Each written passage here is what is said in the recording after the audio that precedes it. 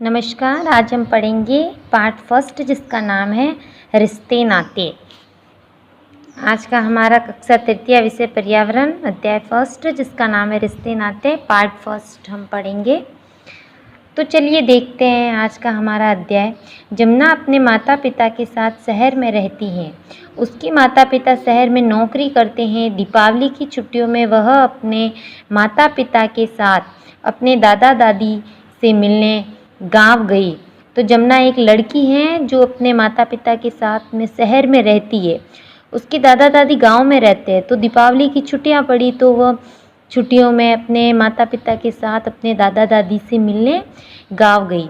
वहां उसने देखा कि गांव के चबूतरे पर बुजुर्ग लोग बैठे आपस में बातचीत कर रहे थे। गांव में जैसे ही वो प्रवेश किया तो वहाँ गांव में हर गांव में जैसे चौपाल होता है, चबूतरा होता है, तो वहाँ पर कुछ लोग बैठे हुए थे, बुजुर्ग लोग बैठे हुए थे। वो आपस में कुछ बातचीत कर रहे थे। पिताजी ने सभी का अभिवादन किया और उनकी कुशलक्षेम जानी। पिताजी ने सबका अभिवादन किया, सबको प्रणाम किया और उनकी तबीयत जानी, उनकी कुशलक्षेम जानी। घर पहुंचकर माता पिता सहित जमुना के दादा दादी जी के चरण छुए। अब घर जाकर जमुना ने अपने माता पिता के सहित तीनों ने उनके दादा दादी जी के चरण छुए। दादी जी ने जमुना को अपने पास खाट पर बिठा लिया। अब पोती बहुत दिनों बाद गांव आई थी तो दादा दादी लाड करते हैं बच्चों को, तो दादी ने जमुना को अपने पास खाट पर बिठा लिया और लाड करने लगी। जमुना ने दादी जी से पूछा कि गांव में चबूतरे पर इतने सारे लोग बैठे क्यों थे। तो जमुना ने अपनी दादी से पूछा। जब गांव में आई तो उसने चबूतरे पर लोगों को देखा था। तो गांव में आते उसने घर पे आते अपनी दादी से पूछा कि दादी जी गांव में इतने सारे लोग एक साथ चबूतरे पर क्यों बैठे हैं। तो देखिए दादी जी क्या बताती हैं। दादी जी बताती हैं कि वे सभी लोग आपस में दीपावली के त्यौहार के संबंध में चर्चा कर रहे थे। तो जैसे कि गांव तो एक परिवार की तरह होता है, शहर में लोग होते हैं जिनको अपने पड़ोसियों से भी मतलब नहीं होता, लेकिन गांव में तो आपको पता है सभी लोग मिलजुल कर एक परिवार की तरह रहते हैं। तो दीपावली का त्यौहार आने वाला था तो सभी बुजुर्ग लोग मिलकर दीपावली के विषय पर चर्चा कर रहे थे कि इस बार दीपावली कैसे मनाएंगे और क्या क्या उसमें करेंगे। तो दादी जी ने बताया कि वे सभी लोग दीपावली के त्यौहार के विषय में चर्चा कर रहे हैं। दादी जी ने बताया दीपावली के दूसरे दिन जमुना अपनी माँ के साथ गांव में सभी लोगों के यहाँ मिलने गई। अब दीपावली के दिन दूसरे दिन जब रामा सामा होते हैं ज्वार सा, तो सभी लोग एक दूसरे के घर पे मिलने जाते हैं, उपहार देते हैं। तो दीपावली के दूसरे दिन जमुना अपनी माँ के साथ सभी गांव वालों के वहाँ पर मिलने गई। माँ सभी बड़ों के शरण छूती, बड़े लोग आशीर्वाद देते। पूरे दिन ये चलता रहा। अभी दीपावली के दिन माँ जिन लोगों के घर पे गई तो सबके दीपावली पर आशीर्वाद लेते हैं ना, त्योहारों पर, किसी भी नए उत्सव पर, तो माँ सबके शरण छूती और सभी लोग उनको खूब आशीर्वाद देते। तो उनके साथ जमुना भी अपने से बड़ों के चरण छू रही थी। पूरे दिन ये चलता रहा। शाम को जमुना जब घर लौटी तो दादी जी से कहा, दादी जी गांव में तो बहुत बड़े बड़े घर हैं। अभी जमुना पूरे दिन अपनी माँ के साथ गांव गई, गांव में सभी संबंधियों के घर पे घूमने गई तो उसने वहाँ एक बात नोटिस की कि गांव में सबके घर बड़े बड़े थे। तो उसने आते अपनी दादी जी से पूछा कि दादी जी हमारे शहर में तो छोटे छोटे घर हैं लेकिन गांव में इतने बड़े बड़े घर क्यों हैं। तो देखिए दादी जी ने क्या उत्तर दिया। दादी जी, हाँ बेटा, यहाँ पूरा परिवार साथ रहता है, दादा दादी, ताऊ ताई, चाचा चाची व उनके बच्चे। मतलब कहने का मतलब है कि गांव में अधिकतर संयुक्त परिवार रहता है। कौन रहता है? संयुक्त परिवार, जिसमें दादा दादी, चाचा, ताऊ ताई, चाची जी और उन सब के बच्चे।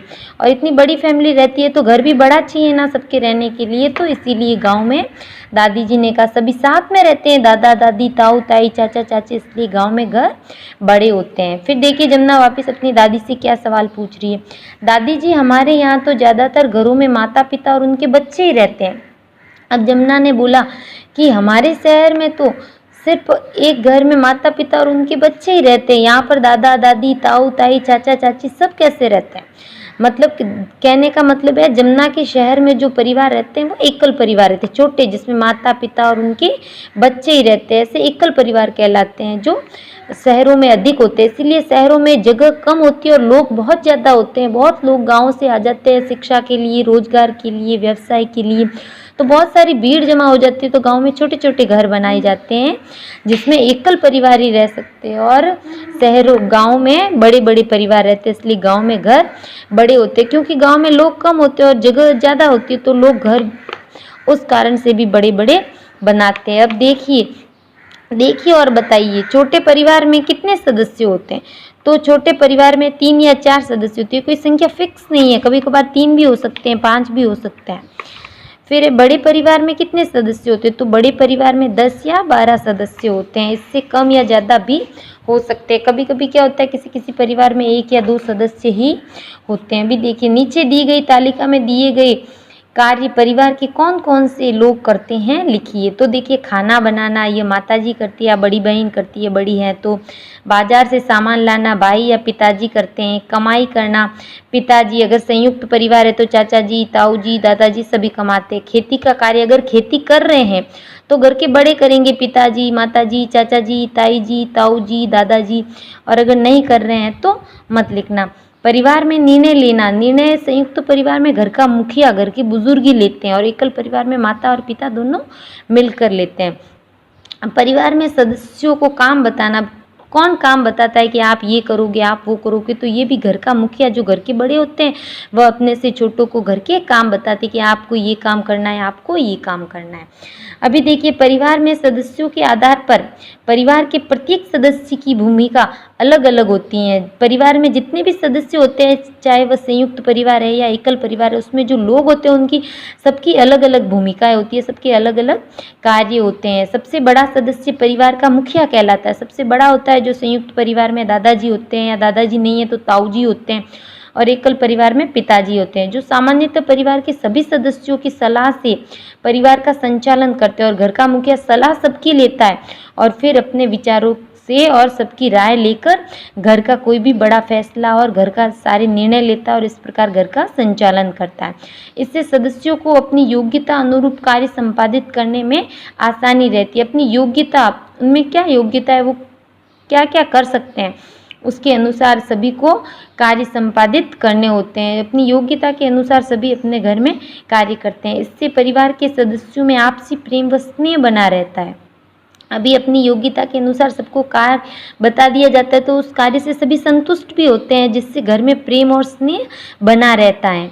आजकल पारिवारिक सदस्यों के विभिन्न कारणों से अलग अलग रहने में कई समस्याएं आने लगी है। अभी संयुक्त परिवार में ज़्यादा संख्या होती है, ज़्यादा लोग होते हैं, तो आपस में नहीं बनती है। कई कारण होते हैं, आपसी मतभेद होता है, आय व्यय करने की क्षमता है, तो कई कारणों से घर में समस्याएं भी आती है। अभी देखिए, चर्चा कीजिए, आपके परिवार में कितने सदस्य हैं? तो आपको यहाँ पर अपने परिवार में जितने सदस्य हैं, 4, 5, 6, 10, 12, वो संख्या लिखनी है। आपका परिवार कैसा है? छोटा परिवार है या बड़ा परिवार है, वो लिखना है। संयुक्त है या एकल? परिवार के सभी सदस्यों के साथ रहने से क्या क्या लाभ होते हैं? अभी परिवार में सबके साथ रहने से क्या क्या लाभ होते हैं? बड़ों का लाड प्यार मिलता है, बच्चों की परवरिश अच्छे से हो जाती है, बच्चों को अपने बड़े बुजुर्गों के अच्छे संस्कार सीख मिलती है, जिससे वो बच्चे आगे जाकर बहुत समझदार और जीवन में सफल होते हैं। तो बहुत सारे जो भी लाभ है वो आपको लिखने हैं। अभी देखिए क्या है, आपके कौन कौन से गुण, शारीरिक लक्षण, आदतें, व्यवहार आपके परिवार के किस सदस्य से मिलते हैं, नीचे दी गई तालिका में लिखिए। अभी आपके घर में माताजी है, पिताजी है, दादाजी है, दादी जी है, नाना जी, नानी जी, उन सब से किस किस से आपके जो शरीर के, आपके बॉडी के लक्षण किस किस से मिलते हैं, वो आपको लिखना है। तो देखिए, जैसे चेहरा, कोई कहता है ना ये तो बिल्कुल अपने पिताजी जैसा ही है, ये तो बिल्कुल अपने माताजी जैसी है, तो आपका चेहरा जिससे मिलता है, भाई से, माताजी से, पिताजी से, दादाजी से, वो यहाँ पर लिखना है। आपका चेहरा किससे मिलता है? दूसरा है आँखें, किसी की भूरी आँखें होती है, किसी की काली आँखें होती है, तो जिससे आपकी आँखें मिलती है अपने दादा से, दादी से, माता से, पिता से, नाना से, नानी से, तो वो लिखना है। फिर आपकी नाक किससे मिलती है, बाल किसके जैसे हैं, आपके कान किसके जैसे हैं, आपका रंग सांवला है या गोरा है, किसके जैसा है, माताजी जैसा, पिताजी जैसा, भैया जैसा, नानी जैसा, मामा जैसा, मौसी जैसा, जिसके भी जैसा है वो लिखना है। बात करना, आप किसकी तरह बात करते हैं, किसकी तरह व्यवहार करते हैं, किसकी तरह आपकी आवाज़ किसके जैसी है, मोटी है, पतली है, जो भी है वो यहाँ पे लिखना है। चलना, अभी आप किसकी तरह चलते हैं, अपने माताजी की तरह, पिताजी की तरह, भाई की तरह, बहन की तरह, जो भी है वो लिखना है। उठना बैठना, अपना व्यवहार, आप किसकी तरह उठते हैं, किसकी तरह बैठते हैं, मतलब उठना बैठना मतलब आपकी हर एक छोटी से छोटी गतिविधि, खाना है, पीना है, किसके जैसे नहीं कहते, इसके लक्षण इसकी माताजी से मिलते हैं, इसके लक्षण इसके पिताजी से मिलते हैं, तो वो लिखना है। और इसके अलावा भी अगर कोई जैसे कोई आपकी स्पेशल विशेषता है, जैसे किसी किसी में होता है ना, अपने परिवार में सबकी आंखें भूरी होती है, तो फिर उस परिवार में बच्चों की भी आंखें भूरी होती है। किसी किसी के परिवार में क्या होता है कि सब में कोई अच्छी विशेषता होती है, जो जैसे सब अच्छा गा लेते हैं, तो उनकी जैसे कोई लड़की है तो उसकी माताजी की आवाज़ अच्छी है, पतली सुरीली आवाज़ है, तो बेटी की भी होगी, तो वो कोई विशेष कारण है तो वो भी यहाँ पर लिखना है। देखिए, सामान्यतः परिवार के सदस्यों की गुण, लक्षण, आदतें, व्यवहार आदि अपने माता पिता, दादा दादी, नाना नानी की गुणों, लक्षणों, आदतों व्यवहार से मिलते हैं। ऐसे लक्षण क्या कहलाते हैं, ये आनुवांशिक लक्षण कहलाते हैं, हेरिडिटी कहलाती है, जो अपने बुजुर्गों से पीढ़ी दर पीढ़ी, एक पीढ़ी से दूसरी पीढ़ी में लक्षण आते रहते हैं। अपने परिवार के किसी सदस्य से हमारे लक्षण मिलते हैं, तो ऐसे लक्षण आनुवांशिक लक्षण कहलाते हैं। अभी यहाँ तक ही पढ़ेंगे। अभी अपन कुछ कक्षा कार्य देख लेते हैं। तो देखिए, मैं आपको कुछ 3 प्रश्न डालती हूँ जो आपको कक्षा कार्य में करने हैं। जमुना कहाँ व किसके साथ रहती थी, बताइए। तो इसका उत्तर है, जमुना शहर में अपने माता पिता के साथ रहती थी। दूसरा प्रश्न है, जमुना के गांव में चबूतरे पर बैठे लोग क्या कर रहे थे। जब जमुना गांव में प्रवेश किया तो गांव के चबूतरे पर लोग बैठकर क्या कर रहे थे। तो इसका उत्तर है, चबूतरे पर बैठे लोग आपस में दीपावली के त्यौहार के संबंध में चर्चा कर रहे थे। वो सभी लोग बैठकर दीपावली के त्यौहार के बारे में बातें कर रहे थे। गांव में अधिकतर बड़े बड़े घर क्यों होते हैं। गांव में, जैसा मैंने बताया था, गांव में बड़े बड़े घर इसलिए होते हैं कि गांव में अधिकतर संयुक्त परिवार रहते हैं, और संयुक्त परिवार में ज़्यादा सदस्य होने के कारण उनको बड़ा घर चाहिए, इसलिए गाँव में बड़े बड़े घर होते हैं। दूसरा कारण ये भी है कि गाँव में लोग कम होते हैं और स्थान अधिक होता है, इसलिए भी गाँव में बड़े बड़े घर होते हैं। अभी आपके कक्षा का गृह कार्य, या आपको अपने मन से जो भी मैंने पढ़ाया उसके हिसाब से आपको उत्तर लिखने। तो पहला प्रश्न है, शहरों में अधिकतर छोटे छोटे घर क्यों होते हैं। इसका ही विपरीत है ये, तो आपको इसका उत्तर लिखना है। जमुना अपने गांव कब गई, कौन सी छुट्टियों में गई थी या कब गई थी, किसी की शादी पर गई थी, किसी त्योहार, वो आपको लिखना है। गाँव के चबूतरे पर गाँव के चबूतरे पर कौन बैठे थे, गाँव के चबूतरे पर बच्चे बैठे थे या कौन बैठे थे, वो जो भी है, जो भी बैठे थे आपको लिखना है। धन्यवाद।